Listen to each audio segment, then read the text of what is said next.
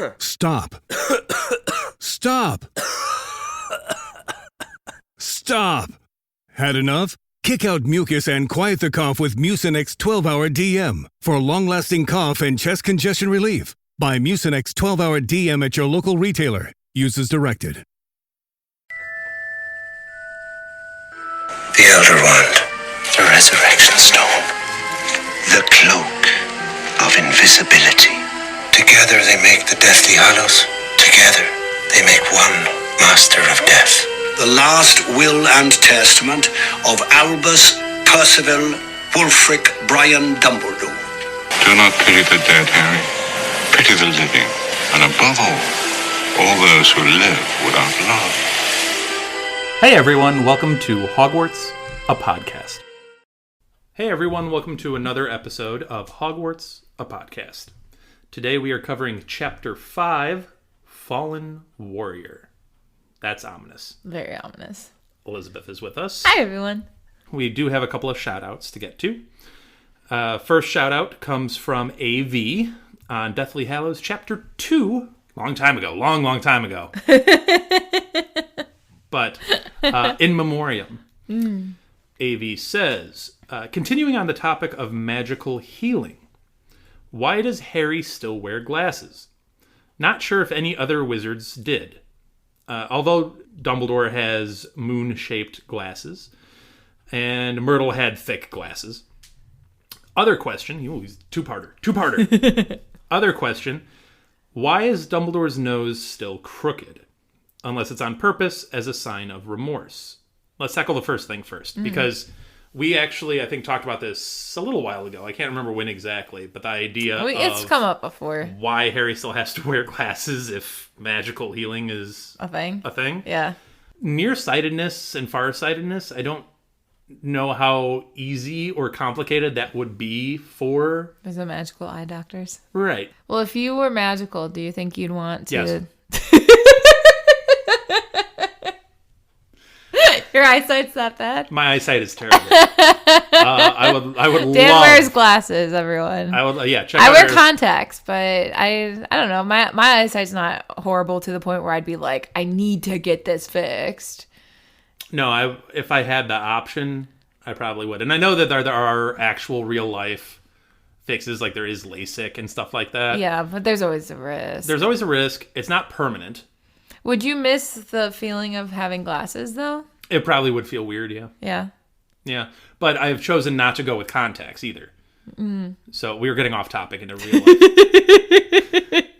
But, it could be... It is to odd. answer the question, though, it could be some people feel like they look more attractive with glasses than they do without. There very clearly must not be a magical fix for it. I think that's clear. It never even gets brought up, ever. No, it doesn't. So I can't imagine that there would be one. Mm-hmm. But anyway. You would think maybe they would have magical glasses to help fix the eyesight. Enhanced? Yeah, if we can't fix your eyes, then we can at least enchant the glasses so that your eyesight's, better in the darkness. Yeah. Better, super farsighted. Yeah. Whatever. Yeah, maybe. The other part of this question is, why is Dumbledore's nose still crooked? We can better answer that in the spoiler section. Yeah. However, in the non-spoiler, there is a purpose for it. We'll just leave it at that. Yeah. So it's on purpose. The next comment that we have is from Riri, who has a comment from chapter 24 of Half-Blood Prince, Sectum Sempra. Oh, I was on that chapter. You were. So Riri says, I agree with Elizabeth. Yay! Thanks, Riri. What do they agree with me about? Yeah. Riri says, I would love to explore this side of the Room of Requirement. Oh, yeah. And I would definitely want to know why different things were hidden there or what they could be used for now. Yeah, I want a whole chapter in history of, Hogwarts of just that specific room version of the Room of the Requirements and just be like, here's the story of literally every single object, why it's here, and why it was blocked away, and what it even is. I would love to know the origin of the Room of Requirement. That too. is this something that the founders put in? Is this just a quirk of like Hogwarts magic? They're like, just in case you need something that we can't think of right now. Magic. Like, do you think Slytherin was just like, I need to hide this from Gryffindor. Hold on. Like, let me create this room really quick. It does make you wonder which founder decided to create it, right? Because we have no background about that aspect. We have no background about like the origin of it. Yeah. But it would be interesting. It would also be interesting, like, if you can get into your time machine, not a time turner, because that'd be an awful lot of flicks. But if you can get into a time machine and go back to like the first item placed there. Yes. You know, that kind of thing. I wonder like how big the room was at that point. If it was just like, I'm going to plop this here. But I agree. I feel like everything, I mean, I agree with myself, but like, I feel like going through that room and seeing all the different books and objects, especially knowing that the vast majority of them have some kind of magical quality to them, that's really freaking cool. So I would love to see it. Yeah. We do have one other comment to get to. However, that will specifically go to the spoilers section. So we will save that one for later. But this chapter is a lot. Obviously, we get the fallout from the Seven Potters chapter, which was also a lot. And there's this dazed, confused, concussed, along with a myriad of other injuries that Harry probably has from crashing a motorbike into the ground. The motorbike is destroyed. Yeah. Like, it is in pieces. Yeah. And the only thought Harry has is, well, I guess he has two. He has one, where's Voldemort? Which is fair and valid and actually kind of surprising considering his current state to think about. And then the other thought is, where's Hagrid? I need to find Hagrid. To be honest, the first time I read this, I remember seeing the title Fallen Warrior, and I assumed Hagrid was the one who died. And I was like, no! Yeah. This was horrible. It's one heck of a cliffhanger to leave you on from the last chapter. Because those are some of the last words you get is like Hagrid's spread eagle on the ground. And you're like, oh my goodness. And I mean, we know they fell from such a height, and Hagrid is not tiny. So it's going to have quite the impact when he hits the earth. So yeah, it freaked me out the first time I read it. I don't blame you. Harry eventually passes out from all of the pain and wakes up inside the home of Andromeda and Ted Tonks. And specifically, Ted Tonks is the one looking after Harry. And Harry notes a burning sensation in his ribs and right arm. His tooth has been regrown. I have always skipped that detail. This entire read, every time I've read that, I've never noticed the fact that his tooth was broken. And when you and Julie were talking about it on the last episode, I was like, wait a second, what? I nearly forgot to mention it. I had to like go back retroactively and say it. I was like, wait, there's no tooth? What is this? And yeah, his tooth has to get regrown. Yeah. Yeah. But Ted Tonks does this seemingly quickly. Well, not seemingly. He does it quickly and seemingly easily.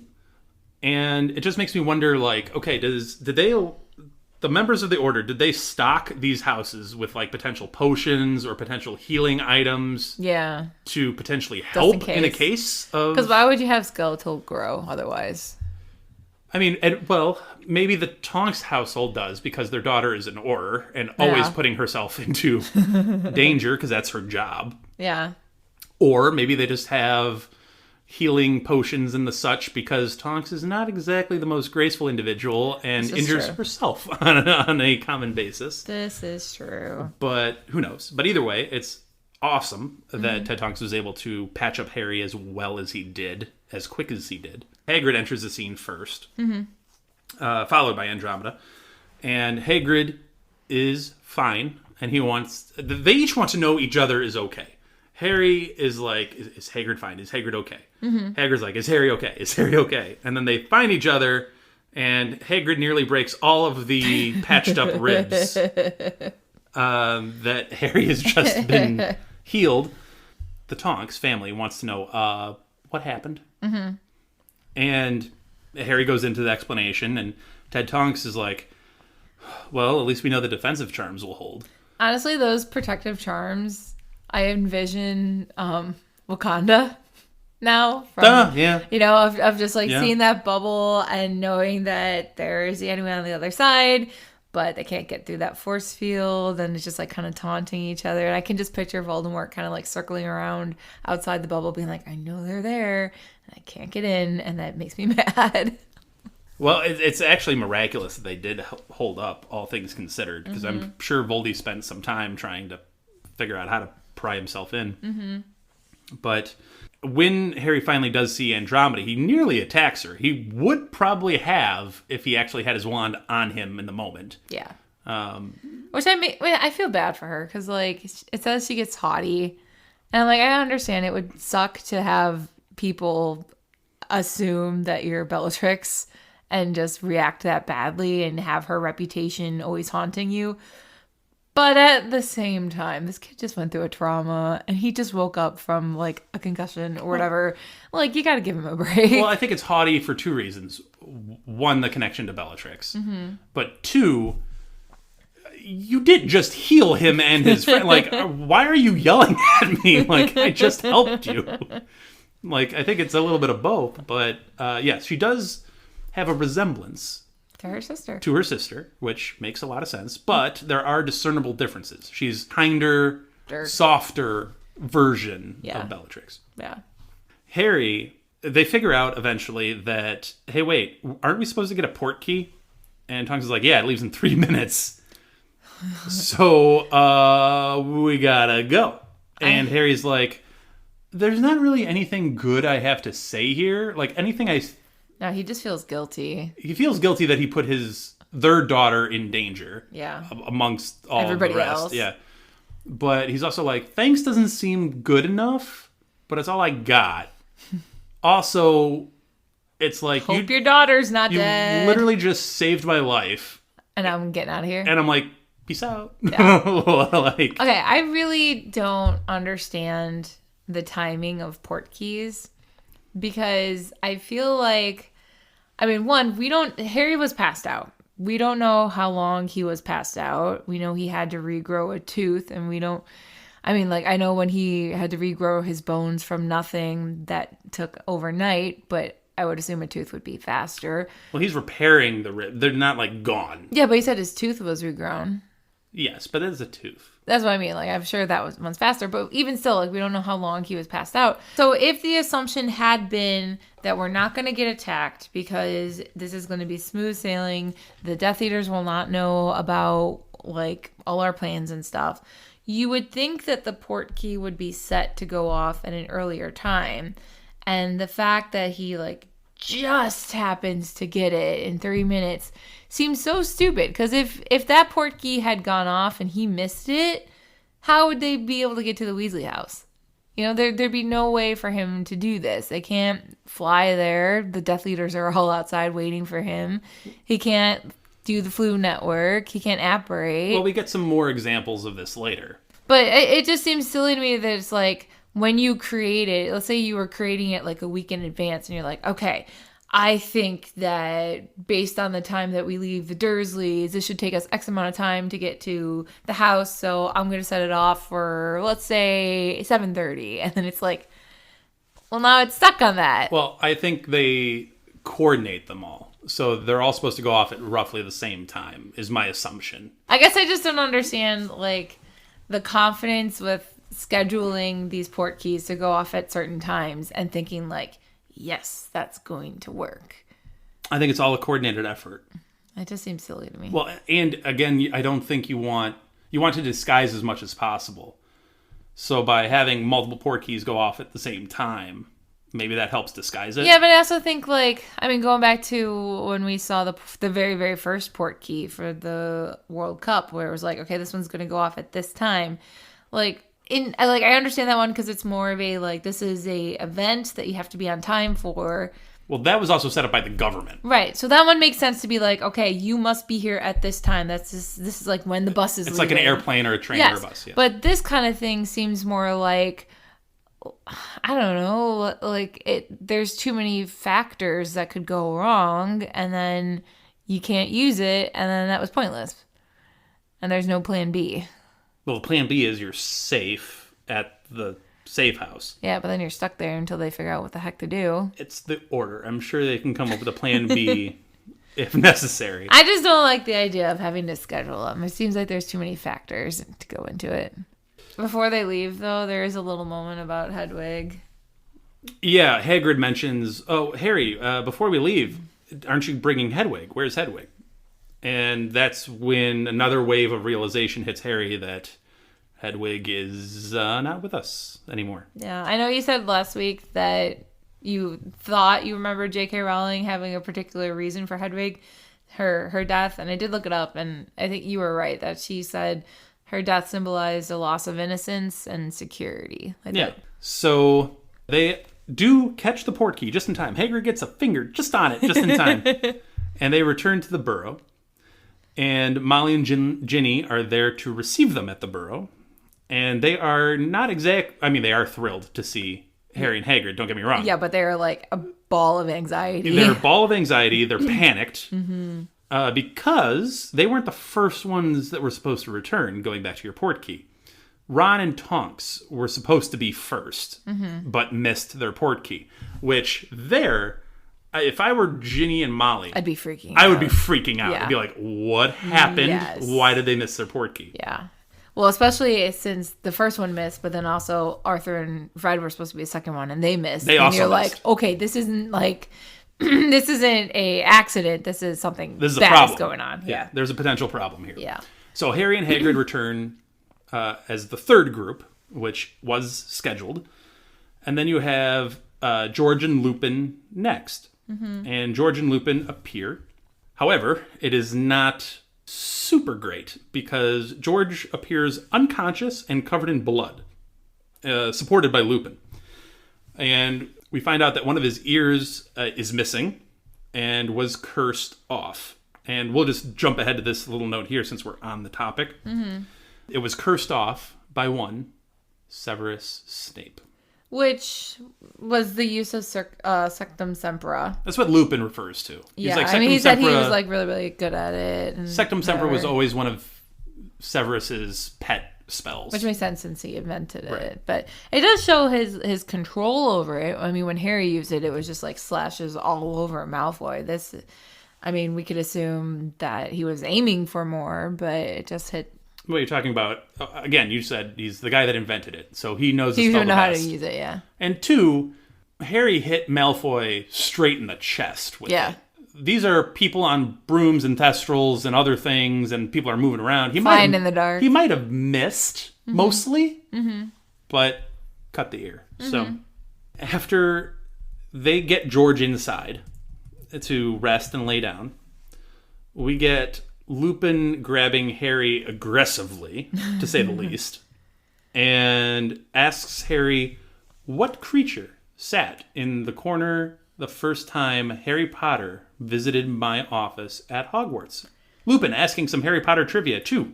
to Harry Potter. To Harry Potter. Who doesn't pay attention to his life as much as we all do. I feel like if I were Harry, I wouldn't necessarily know that answer.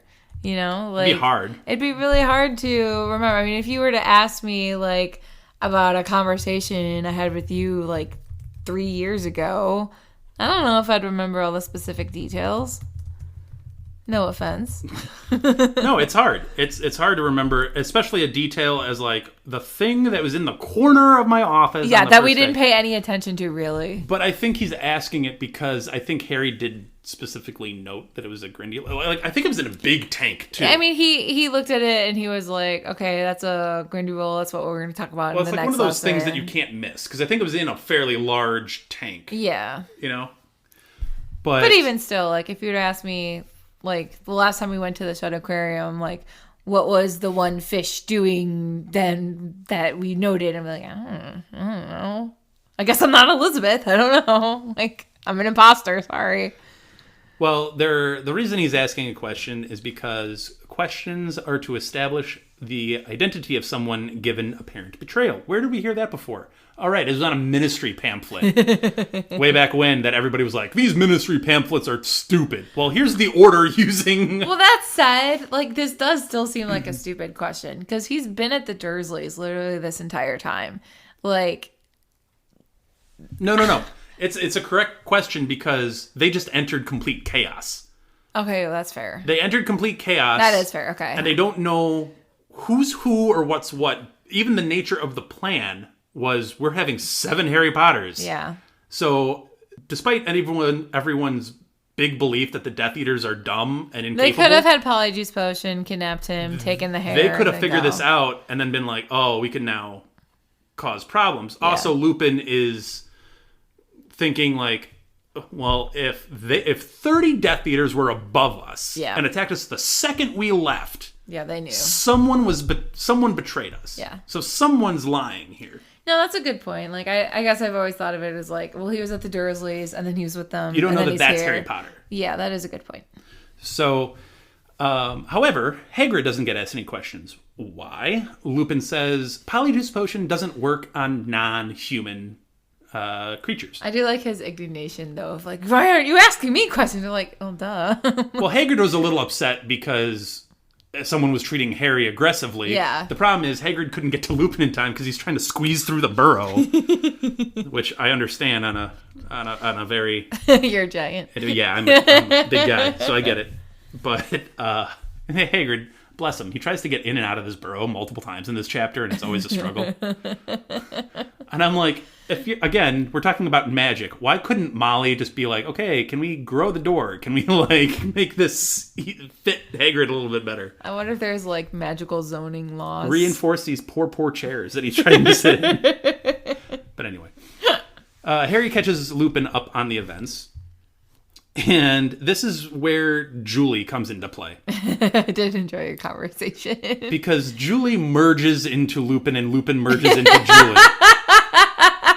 They become one in this next series of events. Lupin is aghast. Yeah. That Harry tried to disarm Stan Shunpike. He says, time for disarming is over. They're trying to kill you. Yeah. It's an unusual move and under threat of death. Whether in the graveyard or in this particular moment. And the Death Eaters have clearly taken note of it. And they are thinking that it might be your signature move. And Lupin goes so far as to say it is almost suicidal to use that move. Mm-hmm. Like, you are asking... I mean... Literally, he asked for Voldy to show up. Not what you want to do. It's hard because it's like, we know Snape taught him the spell. And way back when. Snape, in his own right, is an excellent duelist. And if he thought it was worth being the very first thing to teach them, then clearly it's worth knowing and using. It could be just that Lupin doesn't use it that much, and that's why he thinks it's an odd spell. Do you think Snape was using Expelliarmus in the air tonight? No, but even still, like, I mean, obviously they do associate it with Harry because they chased him after he was using it. There's 2 life or death scenarios where he's used this spell. And it has worked, so you would think, well, if it works, I'm going to keep using it because it saved me. I'll keep doing what has saved me because it seems to have worked. I'm not at fault. I'm not faulting Harry for using Expelliarmus against Stan Shunpike. Mm-hmm. Like, I get the reasoning behind it, and as I said in the last episode, I think it's a merciful move by him. Well, he didn't want to, like, outright kill him. Right. Because Lupin makes that point. He's like, well, why didn't you just stun him? And then Harry made my point from the last chapter. Yeah, you would die. We're hundreds of feet up. If I stun you, you're dead anyway. He literally said, I won't blast people out of my way just because they're there. That's Voldemort's job. Which is like, oh, yeah, that cuts. So I guess my question to you is, what do you do in Harry's shoes in that circumstance? You are being attacked, and not just like, you know, kind of attacked. People are literally trying to capture and kill you. Mm-hmm. Even if it's someone you know by, you know, some slight acquaintance. Because he's only met Stan Shunpike like once or twice. Yeah. So, like... he just knows he's a fanboy. Okay. But he's at that moment, he's trying to kill you. Right. Like, he's not trying to get your autograph. He's trying to kill you. Right. So, do you use more aggressive magic even so? I think Lupin's point is this is... war. Yeah. And I get that you're a kid at Hogwarts, but you're in a war now. Like, this is different. This is not some dueling club where Snape taught Expelliarmus at in the first place. This is But I think real. that's also why he made that comment of like, I'm not doing what Voldemort's doing. I refuse to just blast people out of the way because they're inconvenient to me or they're trying to kill me. Like, I'm going to come up with another solution if I can because I refuse to be that evil. Another solution is one thing. Was this the right thing to do? Was it not? I don't know. What would you have done? My life Fight is in to kill? danger. I'm coming back more aggressively. Honestly, yeah. Yeah. That's just me. If I'm Harry and I'm the whole linchpin to the anti-Voldy movement, I think I'm even more so being like, My life is important. yeah. Yeah. But anyway, we'll move on. Kingsley and Hermione arrive at the Burrow, to which Kingsley immediately points his wand at Lupin's chest and says, "The last words Albus Dumbledore spoke to the pair of us." And Lupin responds, "Harry is the best hope we have. Trust him." Imagine being Harry and hearing that. Let's imagine. What do you think? I just feel like, oh gosh, like those are the last words that Dumbledore told them. That hits the feels. That's a lot. Yeah. You're talking... Puts a lot of pressure on you too. It puts a lot of pressure on you. It's two, obviously adult wizards, but it's two very important wizards. Because they both have very important jobs in this whole war. But then it also implies like they don't know everything that Harry does, like about the Horcruxes, and just trust him with what he does. Trust him, I think, is ultimately the most important part of this. But I think the heart of this is Harry's the best hope we have. Yeah. You know, it's like, Kingsley, you are a great, capital G, great wizard. Harry's the best hope we have here. Yeah. Protect him. Yeah. Yeah. Like, I think these two lines are just really, really fantastic. He did mention something about Voldemort, which I know you guys talked about last chapter with how he can fly. I have some thoughts on this, but we'll have to come back in the spoiler alerts. Many people that came back were like, he can fly now? It's like that quote from Star Wars about the stormtrooper. They can fly now? Like that whole thing. He can fly now? Anyway. Kingsley does mention that they were followed by 5. Mm-hmm. They injured 2, and they might have killed 1, but they didn't name any names. Mm-hmm. But like you said, they had hoods, probably had no idea who they killed. Yeah, so that's kind of interesting that Hagrid had 4 follow him. Now Kingsley's got 5 that followed him. Mm-hmm. It's kind of interesting how the math kind of breaks down. That's 9 out of 30 following the 2 there. Mm-hmm. So kind of just interesting. You have another 21 between the other, 5 groups of 2. Yeah. So, yeah. It's interesting to just break down the Death Eater math on, like, who we following and who's, like, taking priority and such. It's kind of interesting. Hermione says something about, like, Stan Shunpike, wasn't he in Azkaban? And Kingsley's like, Hermione, Travers was on us, and he also should have been there. Azkaban right now is just like a fancy little hotel. It's like a halfway house. It's Yeah. like, if you're a Death Eater, you just go there for a couple of days and then, like, come back. It's your Airbnb. Yeah. So he's like, Hermione, clearly there was a mass breakout from Azkaban. Not one of Hermione's, like, greatest moments, but she's under some duress, so Yes. we'll give her a pass. Yes. Arthur and Fred arrive. At this point, everybody was really checking on George. Mm-hmm. And they went in, they took a look at him. Well, they said like his ear can't get grown back. If it was It's cursed off cursed with off. dark magic, it can't come back. They can try to heal it, maybe stop the blood, but the ear is gone. Yeah. So when Arthur arrives, he doesn't care about Kingsley. Yeah. He doesn't care about Lupin. He blows right past Kingsley and goes right to see George. Mm-hmm. And as everybody's crowding around George, and Arthur and Fred are now in the room, George shifts. People ask him how he feels, and he says, I feel saint-like. I'm sorry, what? Holy. I feel holy. I do remember the first time reading this because I remember laughing so hard, but also crying at the same time. I basically did a combination of Molly and Fred here. And my siblings were not at this point in the book yet. So they were like, shut up, or we don't know what you're laughing at. And I was like, but it's so funny. I trust George to turn this sad situation into a pun. It is. And a bad pun at that. Honestly, I thought it was a good pun. I thought this was pretty darn quick-witted. Fred was like, that's what you come up with as your first ear pun? That's just brotherly banter going back and forth. I know, I love it. Honestly, I think it was top-notch. Dad humor? Twin humor. I think it's top-notch them. Because you think of all that George has been through tonight. Yeah. And he can't be feeling great here. Well, it and just shows how the cracks a twins, joke. yeah, they're always good for that. People were really, really worried about George here. Yeah. And he cracks, again, what I think is actually not a terrible joke in the circumstances. He also says, well, Mom, now you'll be able to tell us apart now. No. After this whole George joke moment, Kingsley and Lupin are outside waiting for more arrivals. And Harry turns to go with them. Obviously, he's sharing a lot of looks with Ginny, both when he first arrived, as more arrivals come in, and now, as they're surrounding George, shares another look with Ginny. He goes off to join Kingsley and Lupin. Ginny joins him.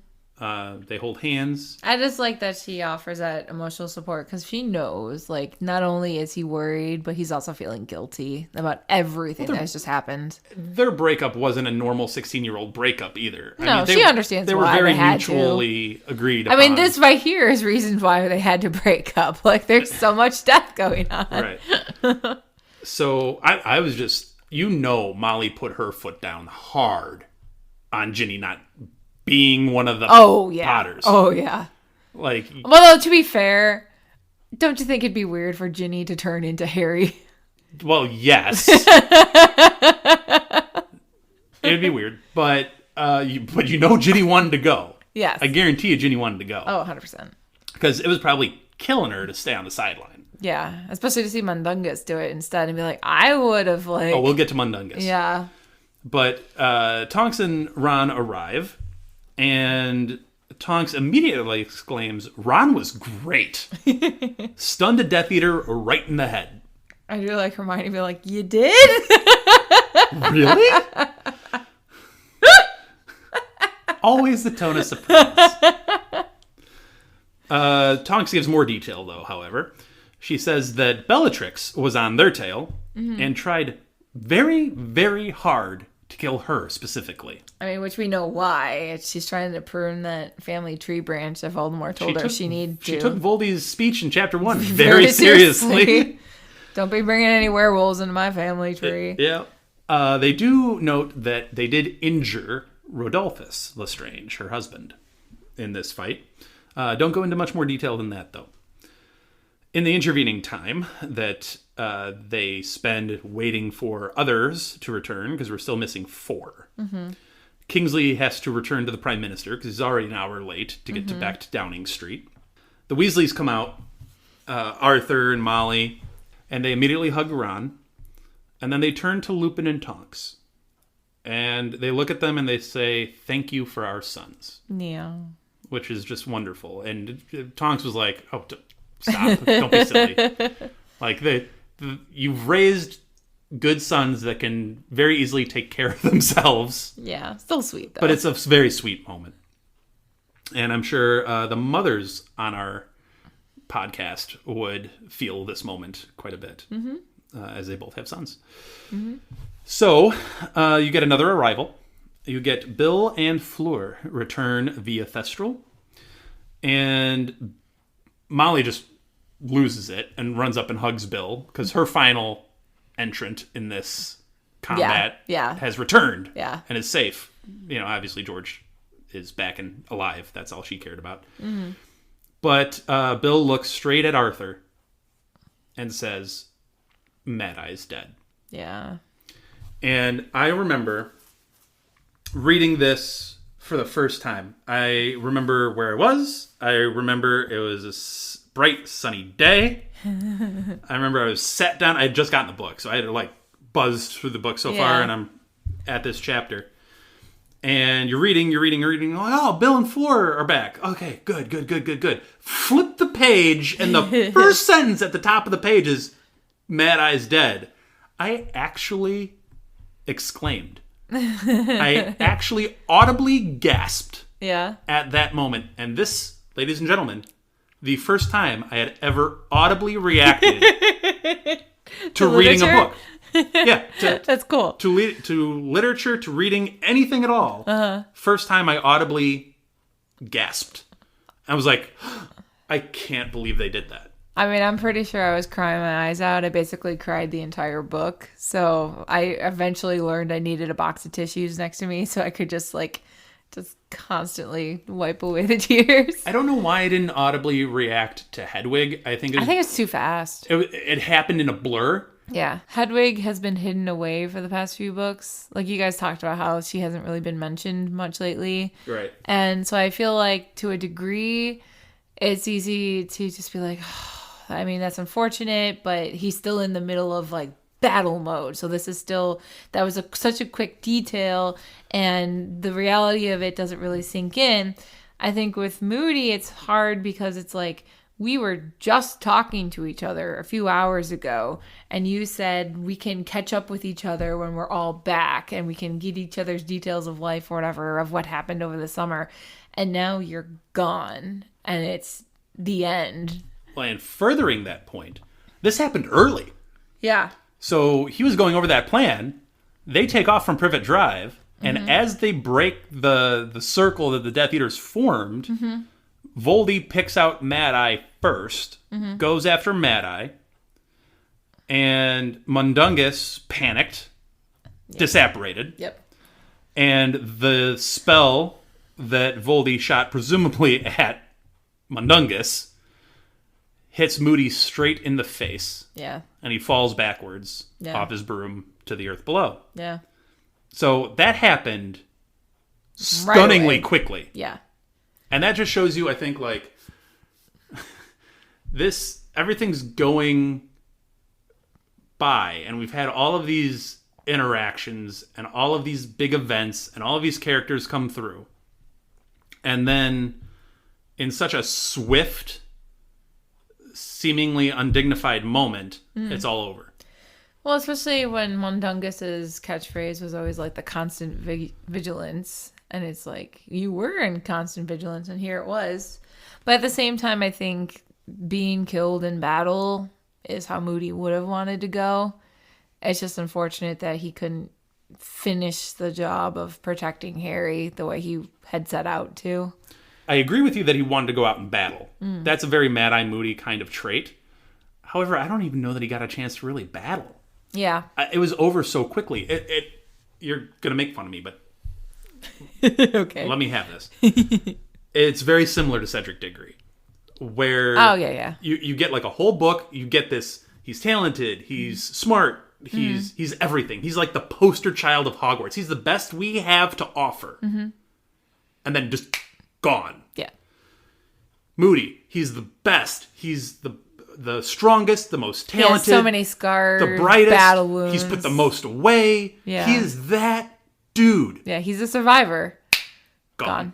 Yeah. It's crazy how quick that happens. Yeah. We said with Hedwig, it's that loss of your childhood innocence, and here with Moody, here's another protector who's gone, which Harry reflects about, Moody's gone, Dumbledore's gone, my parents are gone, Sirius is gone, all of these adults who were fighters and survivors because of me and their attempt to protect me are now gone. That's hard. So Bill and Fleur continued on and said that 6 ended up following Bill and Fleur on the Thestral, which I find interesting. I get that it's chaos, and honestly, they keep coming back to the idea that the Death Eaters really had no idea about the 7 Potters thing. That really threw them for a loop and confused. I could see them being like, okay, which one am I going after? Yeah, and then they got to communicate very quickly who's going after who to not let one of them go without anybody. Yeah. So they had to really alter their plan on the fly. They end up coming back into the burrow after they know that last group is not returning. Yeah, that's the part that really also made me cry. I was just like, oh, we don't have to wait anymore. They're not coming. We're all back. And they get 12 fire whiskeys out, and they have a cheers to one Mad Eye Moody. He meant a lot to the adults. Yeah. And maybe not as much to Ron, Harry, Hermione, or Fred and George, for that matter. But to the adults, he meant a lot. Yeah. Like, Tonks is sitting here crying because that was her mentor. Yeah. After this remembrance, the question eventually gets raised. There's a traitor among us, clearly. And Bill and Lupin have a really great back and forth, I think. Lupin starts off being like, so Mundungus disapparated, huh? Yeah, so Mundungus disappeared, right? And Bill's like, it couldn't have been Mundungus. He was the one that suggested the Seven Potters idea. Right. And that was clearly the part of the idea that they did not know about. Yeah. So it probably couldn't have been Mundungus. And they reflect on the fact that Voldy went for the best. Moody was right in his assessment. As much shade as Julie tried to put on his whole plan, Moody was right. Voldy went for the strongest first. He went to Moody first, and then he switched to Kingsley. And then only went off of Kingsley when it became obvious. Which one was Harry. And they're having this conversation, and then Harry enters in a very interesting inner monologue. Well, because Fleur is like, okay, someone let slip the date. Even if someone hasn't maybe necessarily snitched it, someone accidentally probably said when we're actually getting moved. Harry's inner monologue thinks, wow, I really love Hagrid. I trust him with my life. But he also gave Voldy precious information for a dragon egg. I mean, let's be fair. He doesn't even have to be drunk to let slip information. Should not have said that? I should not have said that. How many times has that happened? So, understandable for Harry to have the thought. Is it? Because, yes, and I know a lot of people are going to disagree with me for everything you just said, which is fair and very accurate. However, Hagrid has always taken Harry's protection very seriously. Very seriously. Yes. To the point where he dove off a bike however many feet above the ground, regardless of his own safety and well-being. Yeah. Like, he literally puts himself first. And then, in service of Harry's protection. So, but to be fair, I guess you could also argue, Hagrid being a giant, I'm sure his voice booms more than somebody else's would, and if he was discussing the plan with somebody, maybe someone overheard it and that information got out somehow, or maybe it was, I don't know, he was just accidentally said the date that was the correct date as opposed to the false date that they were laying out there, and I think mistakes do happen. But I think it's a little... It's an interesting thought that Harry has to even question Hagrid. Because that's what he's doing here. It's one I think he internally. feels guilty immediately about having. Yeah, I'd buy that. Yeah. It's just interesting that he has a thought. Yeah. It's like an intrusive thought. That you're just like, oh, I shouldn't have had that thought. But I had it anyway. Yeah. Yep. So he's then feels compelled to speak out loud and say, no, I trust all of you. I don't believe any of you would sell me to Voldy. I do find it interesting. He also then immediately had the thought that, Dumbledore trusted everybody, and look what happened to him. So maybe I shouldn't trust everybody, or maybe I'm being just as foolish as Dumbledore by trusting everyone. But I do trust these people. I love them. They all just put their lives on the line. Yeah. Everybody in that room put their lives on the line for you. Yeah, hardcore. They literally were him. That's hard. And Lupin just gives him this look afterwards. And that's when Harry's like, you think I'm a fool, don't you? And Lupin goes, no, I think you're like James, who would think it the greatest dishonor to mistrust friends. And then Harry understood that as... He took it as a jab. Well, he took it as two things. He took that as, like, I get where he's going with that, but also I get the subtext of it of... Like, you fool. A friend betrayed James. Uh-huh. So it's a little bit of both. Mm-hmm. You know, I don't think Lupin intends it as a full, like, punch to the gut. Mm-hmm. I could very much see it as Lupin being like, you're reminding me of your father, and the nostalgia for your father is always a nice thing to see in you. But at the same time, well, there's always good and bad. Yeah. I mean, James was great. Was he perfect? Absolutely not. Right. So it's like one of those... It's a comment that I don't think is intended to, like, poke at Harry. Yeah. It's just like, it's a statement of fact. Like, you are reminding me of James. Yes. That's how he would have I don't think he behaved. tried to put any, like, real bad spin on it. No. Even though part of that is, yeah, he did trust a friend too much. Mm-hmm. Or the wrong friend. Mm-hmm. Put his faith in the wrong friend. But anyway. After this, Lupin and Bill set off to find Moody's body. And I just want to take a second with Bill here. I think Bill takes a big step up in these two chapters, in the Seven Potters and the Fallen Warrior chapter. I think Bill asserts himself, and he did a little bit at the end of Half-Blood Prince with his role in the battle that took place in Hogwarts and taking on the damage and the scarring that he did. Yeah. But I think here in these two chapters, he really sets himself apart. Bill has lived a life long enough outside of Hogwarts, and he has seen enough to know. Bill like, is he's wise. fully one of the Order. Yes. Like, he is fully entrenched as, like... He's a soldier. We trust you.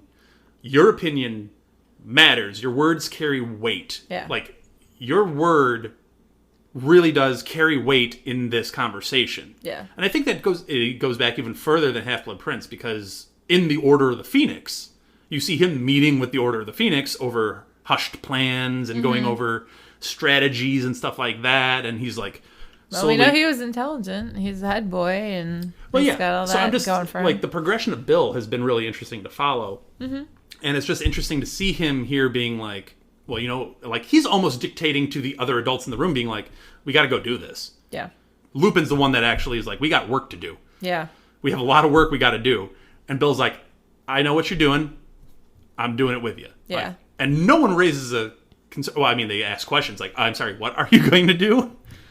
I guess. But no one questions them doing it. No. And in the past, whenever I've read this, the whole idea of getting Moody's body to me was always just like, I want to respect it. I don't want the Death Eaters desecrating it or, like, I don't know, doing random things to it. But this time when I read it, I was like, oh, they could have turned Moody into an Inferi.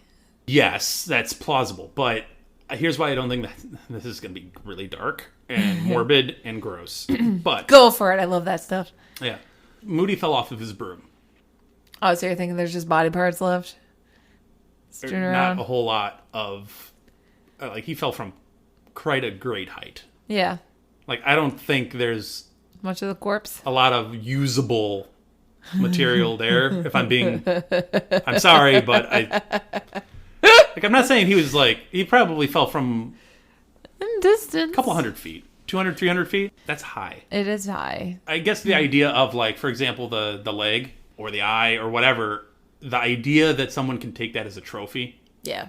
and be like, Like, Moody does not deserve I to got get a trophy. the great Alistair Moody. Yeah. I got the great Mad Eye Moody. Yeah. A Death Eater would love to put that on a mantle. You know what I mean? Yeah, yeah. So I think there's that where it's like, we cannot let that happen. Yeah.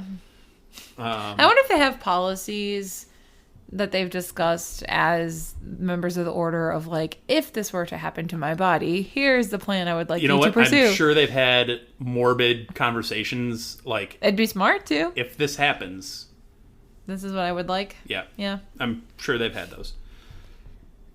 Harry, however, unlike Lupin and Bill, who left without much argument, Harry's like, I gotta go too. And everybody's like, you're not going anywhere.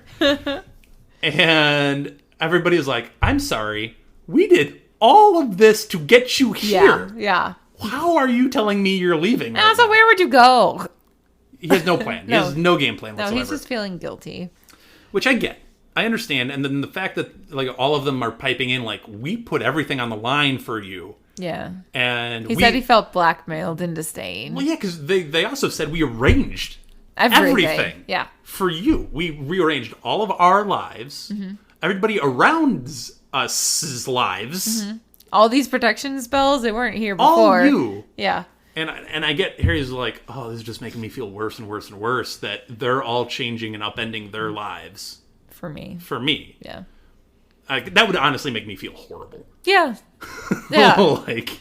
No, I mean, it makes sense for them to argue that, but I 100% agree. I would be like, oh my gosh, like, I'm such an inconvenience and I'm ruining their lives, and why do I exist in this way? That being said, they're right. He should not move. Yes.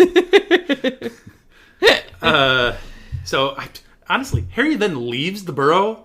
How do you not have someone watching that kid? Yeah. Like, I would have people in the window. I would have people like, Ginny, you were holding his hand earlier. Go hold his hand right now. Like, well, maybe that's why Ron and Hermione eventually come out, but... Maybe. Can you imagine, like, Molly and Arthur being like... Go just, check. Just go nudging check them in the friend. back? Can you go watch him? Watch your friend. Watch your friend. We were having a moment, Mom. I don't care. Go check on Harry. He's my favorite son. Molly's had a day. Okay? She's had a day. Molly's had a day. Harry's also having a day, though, because not only is he, like, having to deal with this blackmail, he said his scar is starting to hurt more than it has in over a year. Yeah. And he delves into some of Voldy's thoughts and actions. He finds out that Voldy is communicating with Ollivander. And Ollivander, not in great shape at the moment. No, he's kind of getting tortured. Yeah, kind of in some rough shape. But Voldy is questioning him on wands. Mm-hmm. You told me using another's wand would solve the problem. I kind of like the fact that Harry saw this, because 5 seconds ago when he was telling everybody about how his wand acted on its own accord, they're like, oh, that's not how that works. But Voldemort clearly recognizes that, like, this was something that the wand did.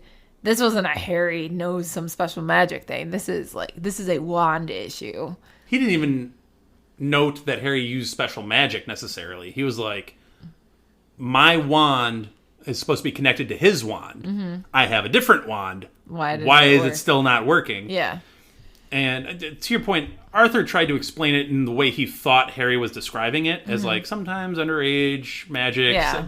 Harry's like, no, I know that feeling, and this was not magic that can feeling. be expressed in ways that you yourself might not necessarily know all the time, and blah, blah, blah, blah, blah. Mm-hmm. I think he was knocking on the door of what's going on. I just don't think it was exactly... I mean, he said Dumbledore would have known, but... Well, Harry says that. Yeah, Harry's like, oh, the one person I need that could probably answer this question is not here anymore. Yeah. But Voldy continues. Lucius's wand, completely destroyed. Poor Lucius. And Ollivander's like, I don't know. I really thought this would work. Mm-hmm. I genuinely thought this would work. I'm not trying to help Harry. I'm not trying to, like, go against you. It doesn't make any sense for this to have worked.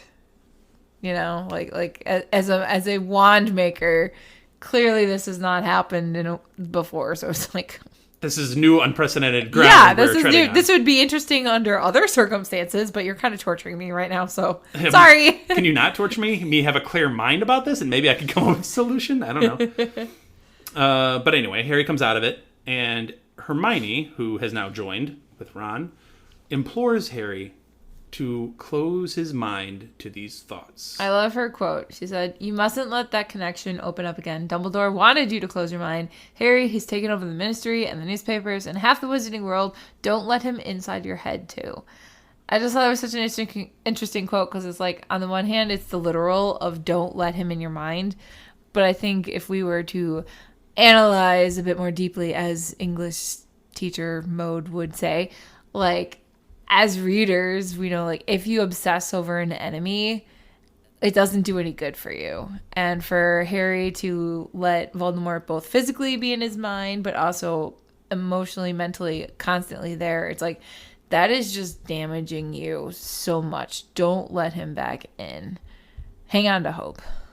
With that, we end the non-spoiler section. We will get to the spoiler section here after a short break, where we have a couple of comments that we want to double back on from listeners. Thank you all for sending in those comments. Mm-hmm. If you have a comment or you have a thought on what we're saying, let us know by commenting on our Twitter, our Instagram. Spotify itself has comments. You can find the Twitter, Instagram, and our YouTube, all at Hogwarts a Pod. Also, participate in those polls that we have on Spotify. It's always really interesting to see those results. And we might have some plans for those polls later on. So vote if you haven't in our already. podcast episodes. We might have a couple that are dedicated to the polls. So please, please, please vote in those. But we will be right back with the spoiler section.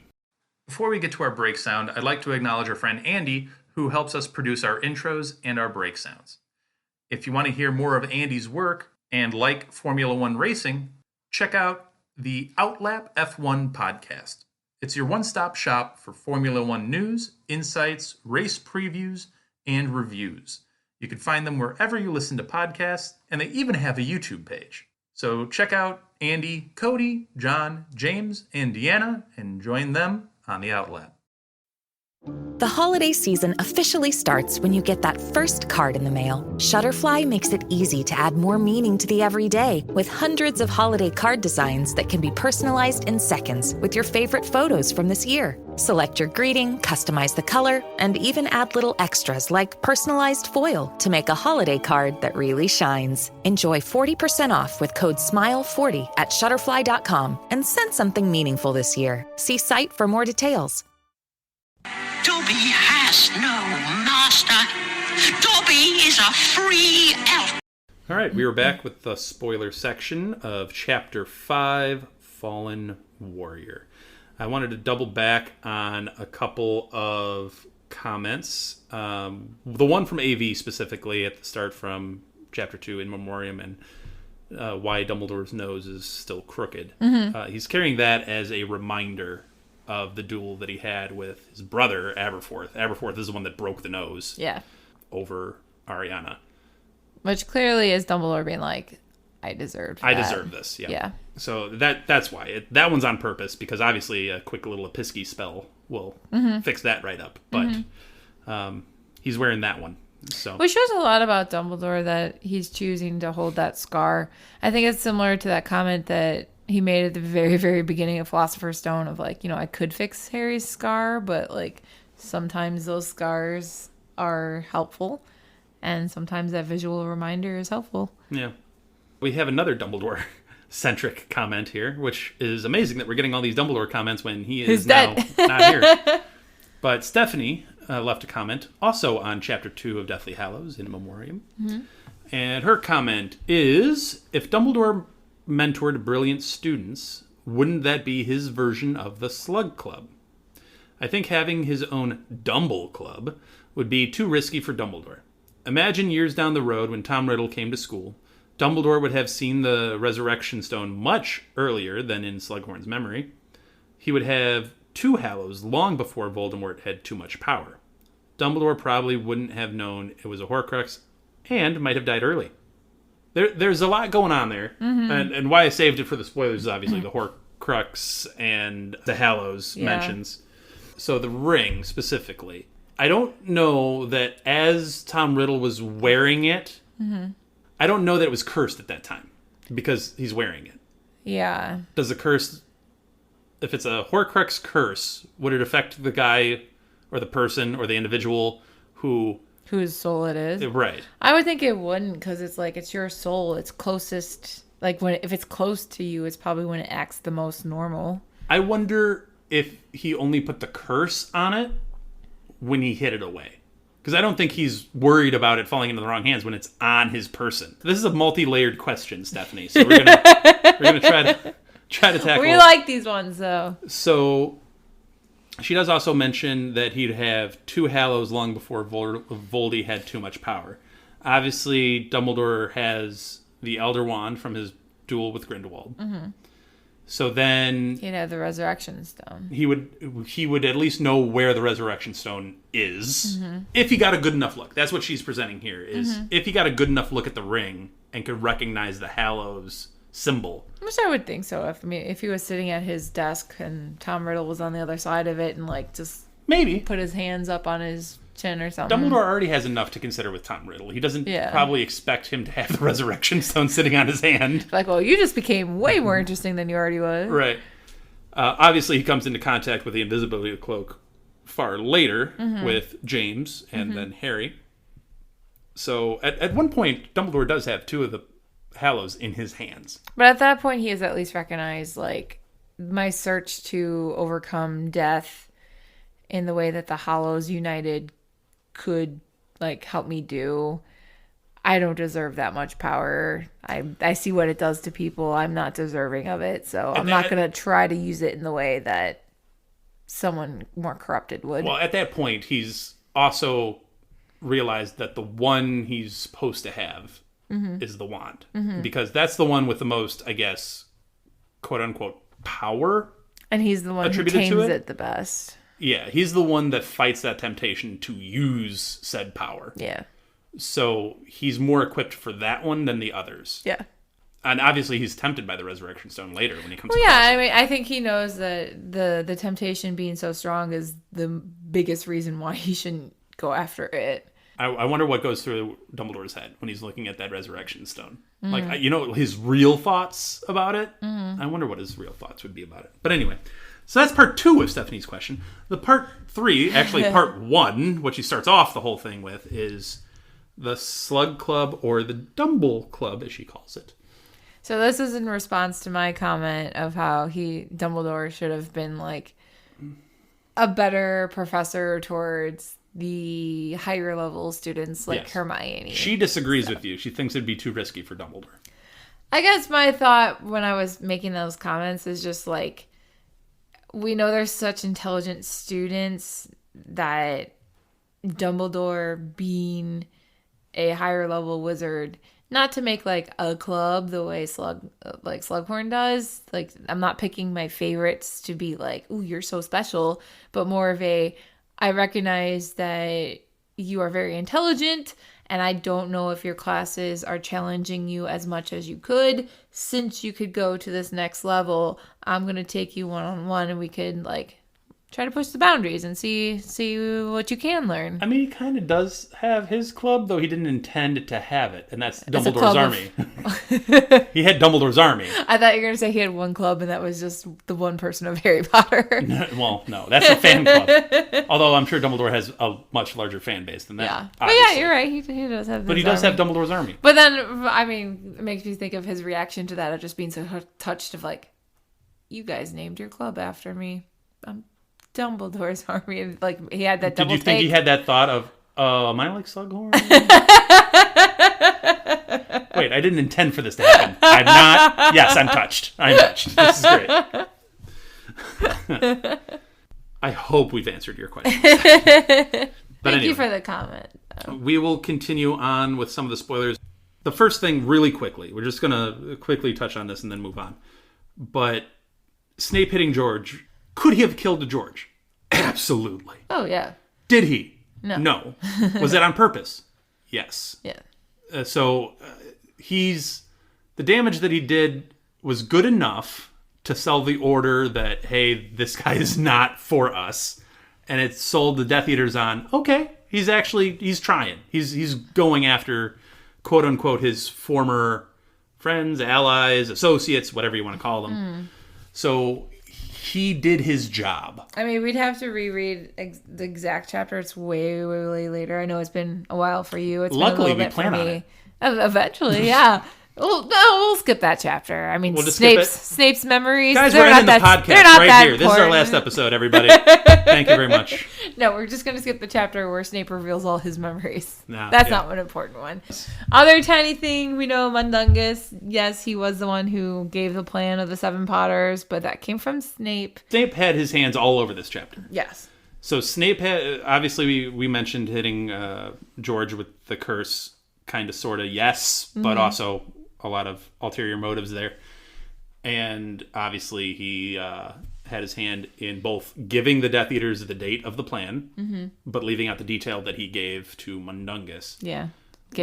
Which, do you think that's why... favors from Voldemort, but also making it Do you think that's why Mundungus was a part of this plan? Because they're like, actually, that's a good idea. So now we're going to have to include him. It does make you... Like, I know we said, like, Ginny would be a horrible idea to make into a Harry. Percy obviously isn't available to become a Harry.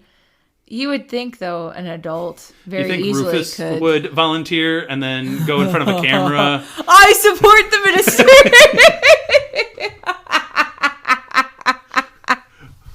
Hold on, guys. I need to go right over here for just a minute. I love Rufus. I think he's doing a heck of a job. But then he slips up and he's like, I love me. Wait.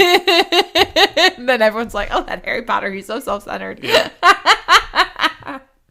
I love it. Biggest spoiler from this section, though. Moody's eye. It's not the last that we see of it. No. And so, I hinted towards it with the idea that a Death Eater would Want his trophy. Would want a trophy. Yeah. Which then begs the question. Yeah, how did Umbridge get it? How did Umbridge get it? So I wonder if she bought it or bullied it from somebody. Could have bought it from one of the Death Eaters. Mm-hmm. Could have bartered with it or whatever have you. Mm-hmm. Maybe one of the Imperiist puppets found it. What are the odds? Any odds. Like literally any percentage that Umbridge was actually one of the 30. No. None? You're giving none. Yeah. No chance. No, I don't think so. I think she would love the chance to get to Harry Potter. She would love the chance to go after Harry, but she'd be putting herself at risk, and she doesn't like to do that. And could you imagine Umbridge on a broom? Come on, like that woman. I can't imagine Moody on a broom, but here we are. She's not riding brooms. She's sitting comfy and cozy in her office, drinking tea and plotting up ways to punish Harry. Did you see the broom that Moody had in the movies? It was like a recliner broom. Plus, Umbridge likes to order other people around. She doesn't like to take orders. So if it was, she would take an order from Voldy because is she going to say no to Voldy? No, because no one's going to say no to Voldemort. Exactly. Like, he's too intimidating. But I think she is perfectly content being within the confines of the Ministry because, one, that's where she's been basically her entire adult life. So she's comfortable in that role. But now she's got this higher up level of, like, I get to order people around to try to punish Harry Potter, undesirable number one. She wants to still be in control of her life and not necessarily, like, hail our dear leader or whatever. Voldy would never. Maybe I'm giving Voldy too much credit when I say this. He would never give the Dark Mark to Dolores Umbridge. No, I don't think he would either. However, I think he would be totally fine with using her. She recognizes what's going on, but doesn't care because she gets to have power over people she deems unworthy. So you think 0% chance? 0% chance. I don't think it's 0. Look, I will agree that she probably bought it off somebody. She probably bought it off... Probably like when she got her locket, Yeah, very similar idea. You probably bought it off somebody. Mm-hmm. I just think there's a higher than 0% chance. Well, we know Umbridge doesn't put it in any good use in the future. It's going to be like... on her office door. Yeah. Why can't she just get a window in her door?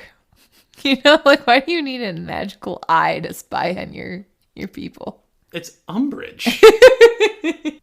We'll wrap it up here. We've had a fun time discussing this chapter, despite how heavy it really is, because it's a chapter. It's pretty heavy. It's pretty heavy. It's full of reflection. It's full of loss. It's full of the Order taking a couple of hits. So we will wrap it up. Thank you all for listening. Please, like I said earlier, give us some comments. Let us know what you think on everything. Let us know what you thought about our takes on everything.